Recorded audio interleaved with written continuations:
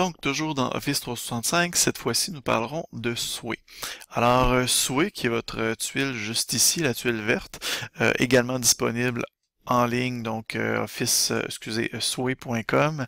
Donc, tout simplement, si vous voulez vraiment vous créer un compte Sway uniquement, vous pouvez vous créer un Sway sans nécessairement avoir Office 365, ou vous pouvez aussi vous créer un Sway personnel et utiliser celui-ci pour des raisons professionnelles. Bref, sachez que Sway fonctionne à voile et à vapeur, donc de manière indépendante et de manière Office 365.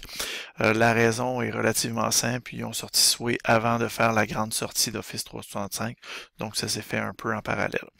Alors voilà qui est ça. Donc Sway se veut finalement une espèce de mise à jour, de rafraîchissement du travail outil PowerPoint.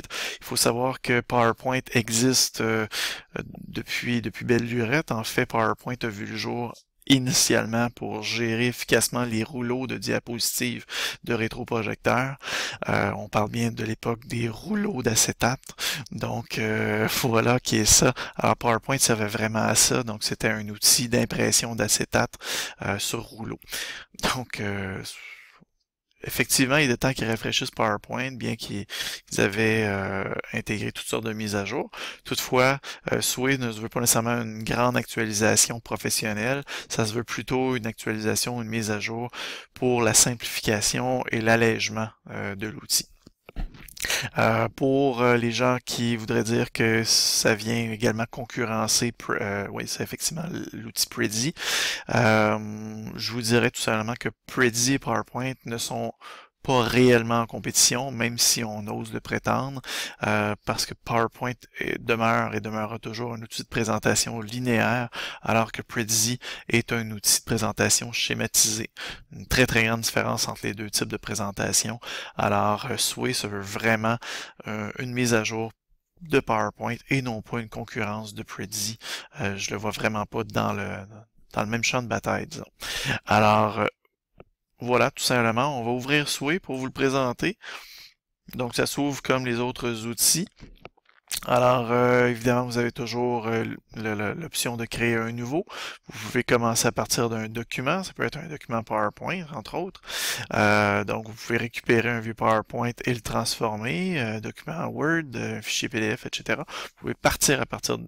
Vous pouvez lancer votre Sway à partir de ça. Vous pouvez à tout moment, évidemment, retourner dans vos options. Et si on regarde pour ce qui est du reste, bon, évidemment, créer un nouveau nouveau Sway, excusez-moi, à nouveau. Et sinon, accéder aux différents didacticiels. Vous avez l'inventaire de vos Sway personnels juste ici. Alors, on va en ouvrir un, tout simplement, pour vous montrer. Sway, je le considère parfois un peu comme l'éléphant blanc d'Office 365, sinon l'îlot voyageur. Pour ceux qui connaissent l'îlot voyageur à Montréal, je le considère un peu comme l'îlot voyageur d'Office 365. Pourquoi? Pour la simple bonne raison que, initialement, à sa création, on avait de nombreuses options pâles, donc grisâtres, et d'autres options noires, donc accessibles.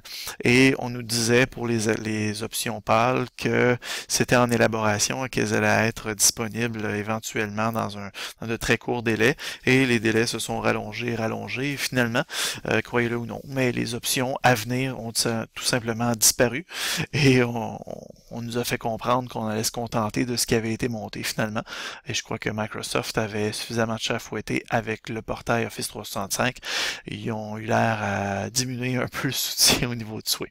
Alors, c'est pas mal ça. Donc, lorsqu'on est en pleine édition, on accède en fait aux différentes zones de texte d'édition et on peut en créer de nouvelles, donc en ajouter sans aucun problème. On peut évidemment à tout moment ajouter des images, à tout moment ajouter des vidéos, que ce soit des vidéos de Dailymotion, de YouTube, évidemment.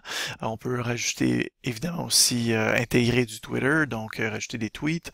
On peut ajouter évidemment aussi des clips audio, etc. On peut faire du titre, faire du texte.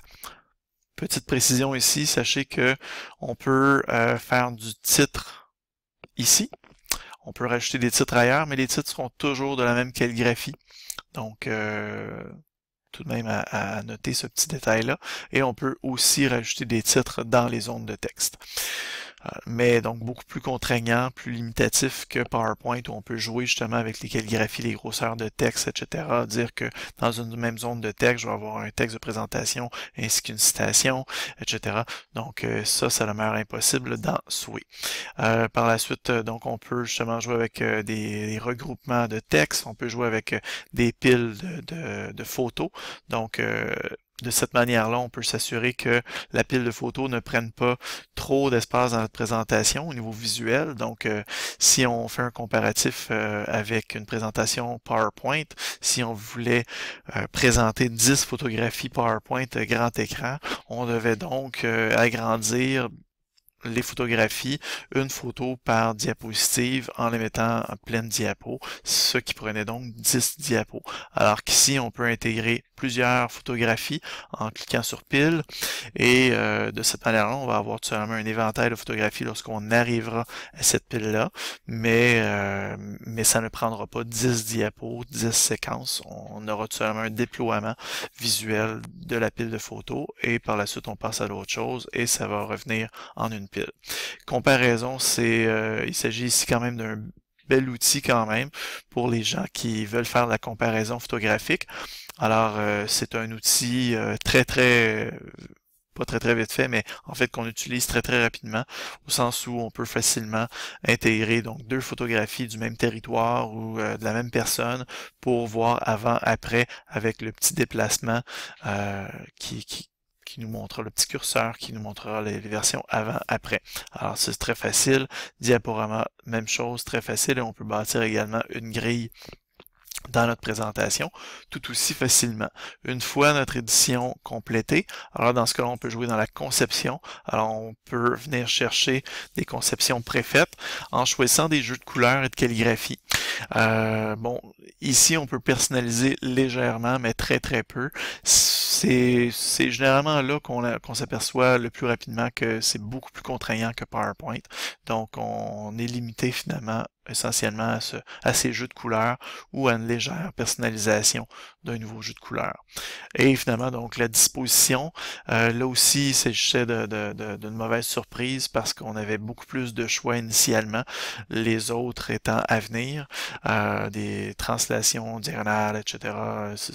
Ça s'annonçait très intéressant, mais non, malheureusement, ça n'est plus disponible. Donc, c'est un mouvement vertical, horizontal ou statique où on passe d'une diapo à l'autre pour faire un petit peu comme un PowerPoint nouveau genre. Et finalement, si on veut remixer, l'option remixer va tout simplement choisir de manière aléatoire une nouvelle configuration visuelle.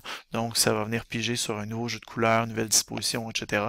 Alors, si vous avez travaillé pendant des heures pour une belle mise en page, ne touchez pas à remixer parce qu'il n'en aura que faire de vos heures de mise en page. Évidemment, à tout moment, vous pouvez activer l'option lecture pour faire de la prévisualisation. Sinon, évidemment aussi, inviter des collaborateurs pour visionner ou modifier votre matériel, partager pour diffuser, entre autres, dans l'obtention d'un hyperlien, et accéder ici aussi au didacticiel. Sinon, avec les trois petits points, on peut donc créer un nouveau souhait, dupliquer le souhait, etc. Donc, toutes les options classiques des outils Microsoft Office. Et donc, comme je vous disais, à tout moment, on peut tomber en visualisation. Et là, on peut vraiment passer d'une à l'autre, tout simplement. Et c'est ce que donnera une présentation souhait. Alors, voilà. Et vous voyez donc que pour plusieurs profs, c'est souvent un peu décevant. Pour les élèves, par contre, c'est souvent un outil qui est beaucoup plus léger. J'ai rencontré aussi certains profs qui disaient non, écoute David, j'apprécie grandement cet outil-là pour la simple bonne raison qu'il est plus léger, beaucoup plus rapide justement à bâtir une présentation. J'ai pas à me casser la tête sur l'édition, l'aspect visuel, etc. Donc pour ces raisons-là, les gens vont le préférer. Et pour les élèves, bien évidemment, la compétence TIC sera beaucoup plus simple au niveau de la présentation. Donc, ils apprendront beaucoup plus rapidement à bâtir une présentation visuelle et à jouer à l'intérieur de tout ça. Donc, voilà, si vous avez des questions sur Sway, n'hésitez pas.